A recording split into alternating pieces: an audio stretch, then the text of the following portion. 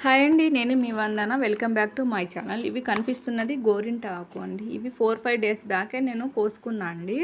కొంచెం ఎండినట్టు ఉన్నాయి కదా, అయ్యో పండుతుందో లేదో అనుకున్నా. కానీ అందులో కొంచెం చింతపండు వేసి మిక్సీ పట్టండి. మిక్సీ పడితే చాలా బాగా పండుతుంది. నేనైతే కొంచెమే ఫస్ట్ పట్టినాక పండుతుందో లేదో చూసి మళ్ళీ తర్వాత అన్నీ పట్టేసుకున్నా అండి. కానీ బాగానే పండిందండి. చూడండి, మనకు నచ్చిన డిజైన్లోనో పెట్టుకోవచ్చండి. నేను మా ఇద్దరు పాపలకి కాళ్ళకి చేతులకి అయితే పెట్టేసినండి. చూడండి, ఎర్రగా అయితే పండింది. మళ్ళీ అందులో నేనైతే నెయిల్స్కి అయితే పెట్టినా అండి. ఎందుకంటే నెయిల్స్ న్యాచురల్ నెయిల్ పెయింట్ లెక్క వస్తుందండి. హెల్త్కి అయితే చాలా మంచిదండి. ఇలా బయట కొన్న నెయిల్ పెయింట్ కన్నా నేనైతే సంవత్సరంలో చా దొరికినప్పుడల్లా పెడుతూనే ఉంటా అండి.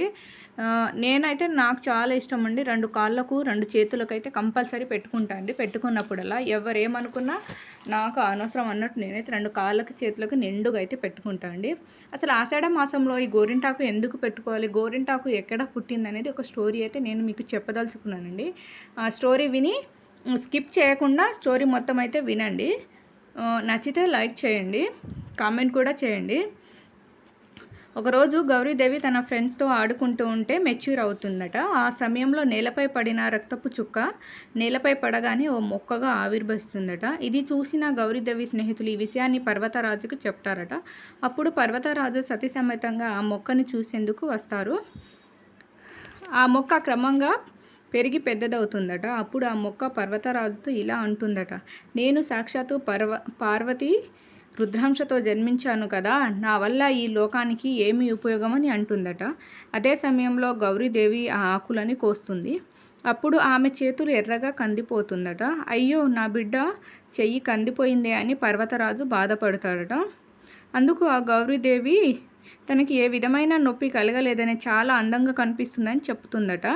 అది విన్న పర్వతరాజు ఇకపై ఈ గౌరీ ఇంట ఆకు స్త్రీ సౌభాగ్యానికి చిహ్నంగా మానవలోకంలో ప్రసిద్ధి చెందుతుందని, గౌరీదేవి రజస్వల సమయంలో ఉద్భవించిన ఈ చెట్టు ఆకు స్త్రీ గర్భాశయ దోషాలను తొలగించి స్త్రీల ఆరోగ్యాన్ని కాపాడుతుందని, స్త్రీలు చేతులకి కాళ్ళకి పాదాలకి అందనిచ్చే మంగళకరమైన ద్రవ్యంగా ఖ్యాతి వహిస్తుందని ఆ గౌరీ ఇంటి ఆకుని వరమిస్తాడట.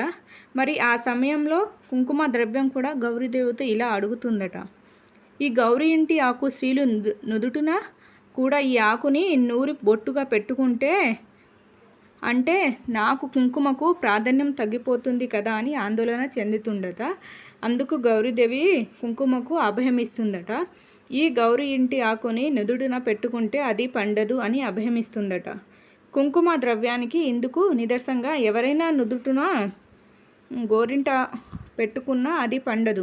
ఇది రుజువు కూడా చేయబడిందట. కావాలంటే మీరు ట్రై చేసి నా కామెంట్ బాక్స్లో పండిందో లేదో కామెంట్ చేయండి. అలా గౌరీదేవి ఇంట్లో పుట్టింది కాబట్టి గౌరీ ఇంటి ఆకు అని ఆ చెట్టుకు పేరు.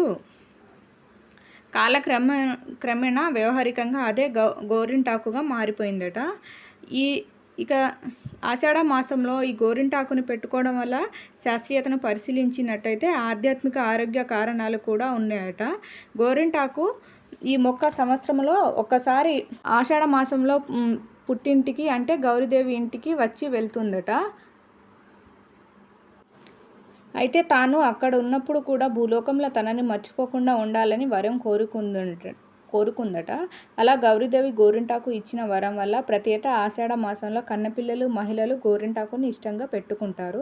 ఇక ఆరోగ్యానికి ఈ గోరింటాకు ఎంతో శ్రేష్టమైంది. సాధారణంగా ఆషాఢ మాసం అంటే వర్షాకాలం. ఈ సమయంలో సూక్ష్మక్రిములు పెరిగి అంటువ్యాధులు ఎక్కువగా వ్యాపించే సమయం. గోరింటాకు పెట్టుకుంటే అందులో ఉండే ఔషధ గుణాల వల్ల ఋతువుల వల్ల సంక్రమించే వ్యాధులు రాకుండా గోరింటాకుని ప్రత్యేకత. ఈ ఆషాఢ మాసంలో గోరింటాకు పెట్టుకుంటే ఇవే అండి ఆరోగ్య అంతర్యాలు అన్నట్టు. మీకు నచ్చితే లైక్ చేసి కామెంట్ అయితే చేయండి. సబ్స్క్రైబ్ చేయడం మాత్రం మర్చిపోకండి.